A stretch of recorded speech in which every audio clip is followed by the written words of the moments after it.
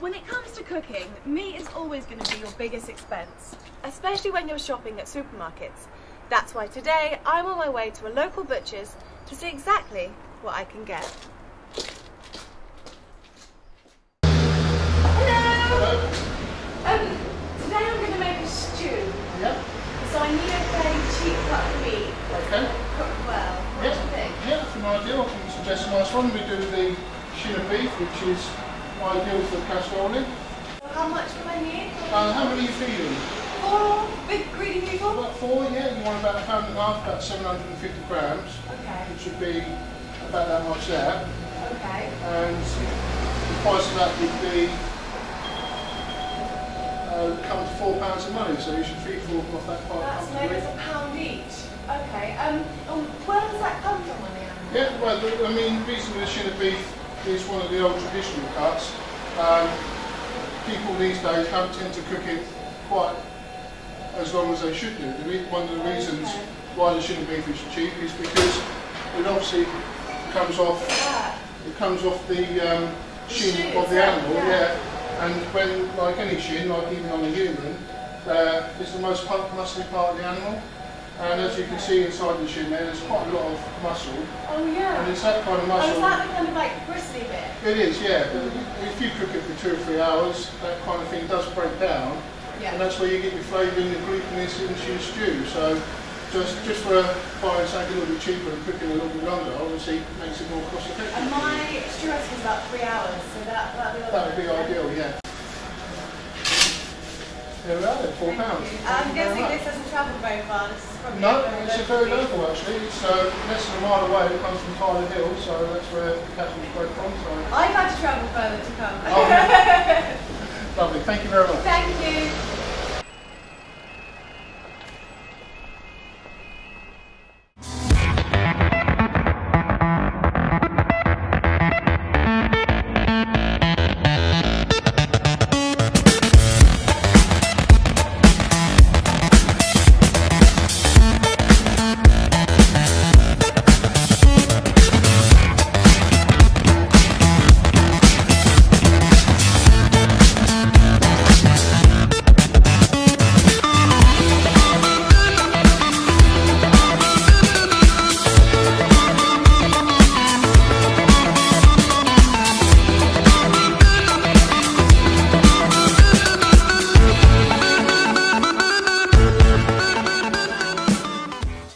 Beef stew is a fantastic winter warmer, and we're going to show you that by avoiding the supermarkets, you can make a meal for 4 for less than £1 a head.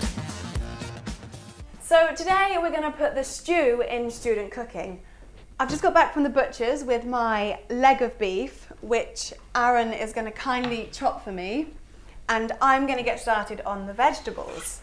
Now Aran, why are we doing a stew? I think just generally it's such an easy meal to make. I mean, you can use like any meat for it, and you know, really, and you just bang it all together, bang it in the oven for a few hours, and it always comes out tasting so good. And any meat you put in it for that amount of time is going to go so tender.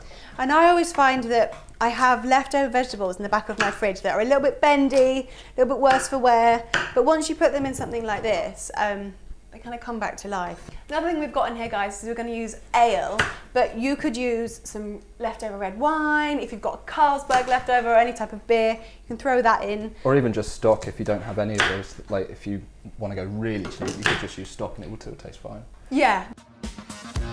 Coat the beef in flour and some seasoning. Heat some oil in a large pot and start frying the beef. I think we're going. As soon as we've got some steam. Whack all of that in. Just watch the temperature on this because I don't want it to burn because this is quite a thin based one. Brown all the beef and set it to one side. You may need to do this in a few batches. So now we've got all of our meat brown. We're just going to take that and set it to one side. Now we're going to put all the vegetables in, well, as many as you can fit at a time. I think we can go with all of it. Yeah, get it in. Now we've happened to use parsnips, carrots and onions. I would say always use onions, but you could use any other veg. You could use celery. You could even do it a bit more Italian and use kind of aubergines and courgettes.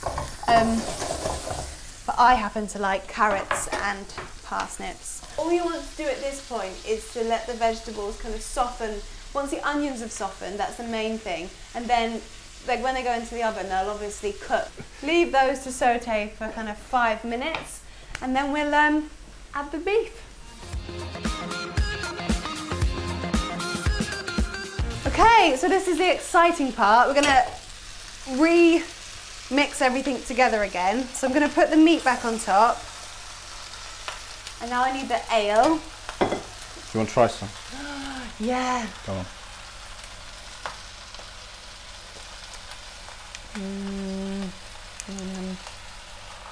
Almost seems like a waste.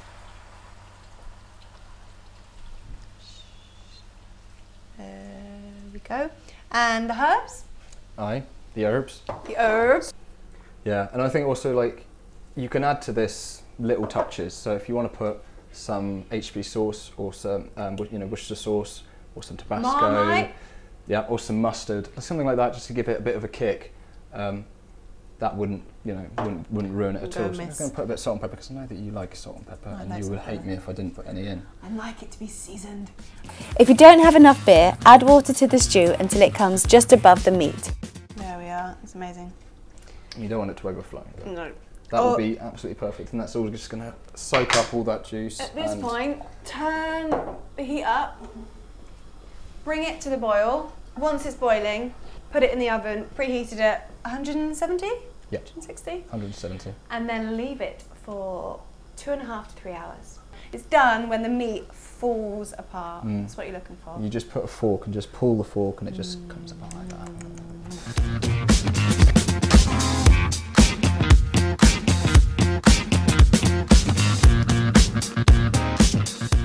Okay, so this has been in the oven for 3 hours now. The big reveal. Oh, it smells great. And look at that. Just peel back the layers. Oh, and that flour, like we said earlier, has just made that sauce so much thicker than just a watery mess. Serve the stew with mash, dumplings or bread. Easy peasy.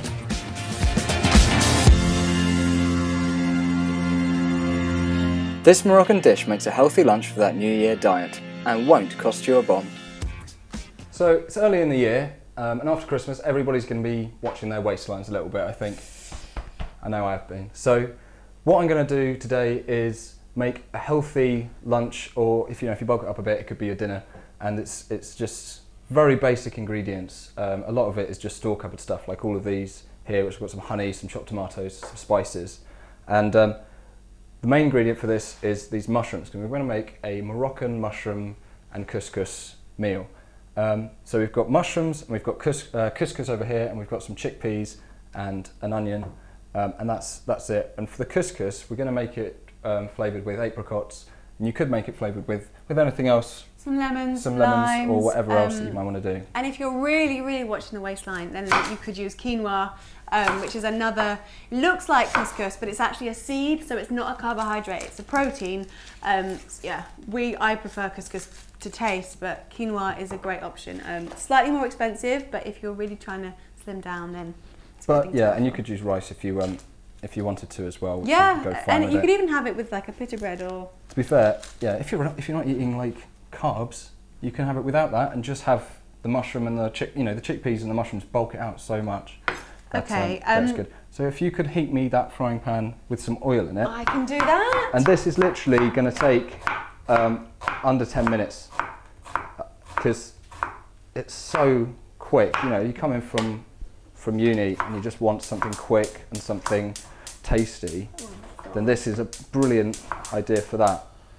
The mushrooms the meal is named after them, but if you don't like mushrooms, could use like courgettes. Use courgettes, use beans, runner beans. You could also swerve those and use butter beans or cannellini or something as well.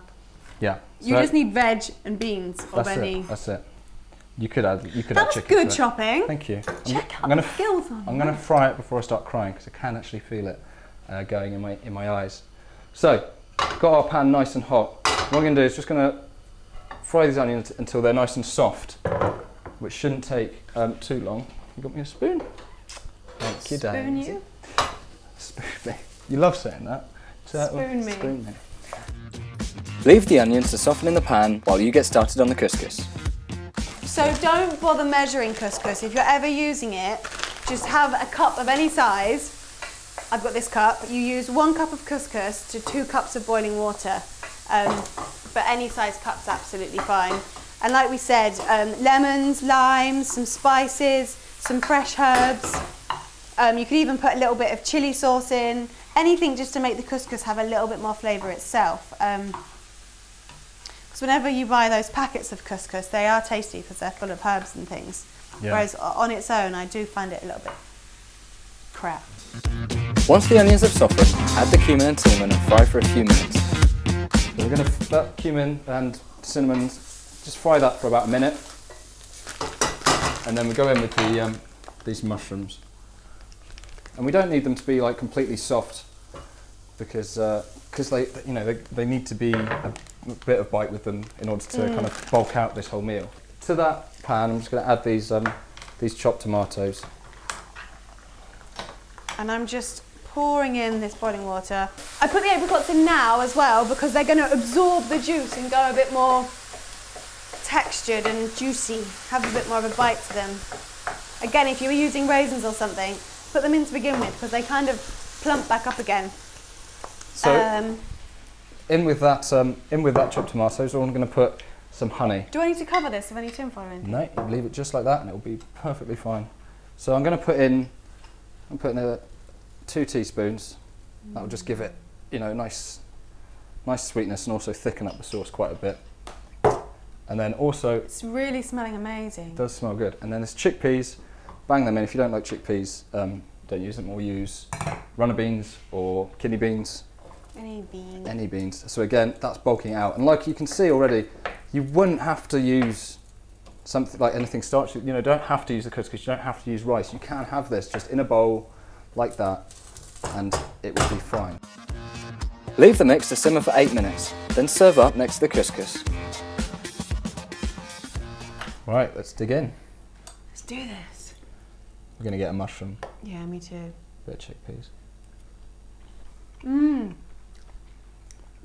And I like you say, the mushrooms have kept their consistency there. Usually when you cook mushrooms, you break them down so much more. You only want to cook them for a bit. You want to fry them for a bit because you don't want them to go soft. But that is... Come on, guys. I think you such should good all lunch. have a bit. It's so good.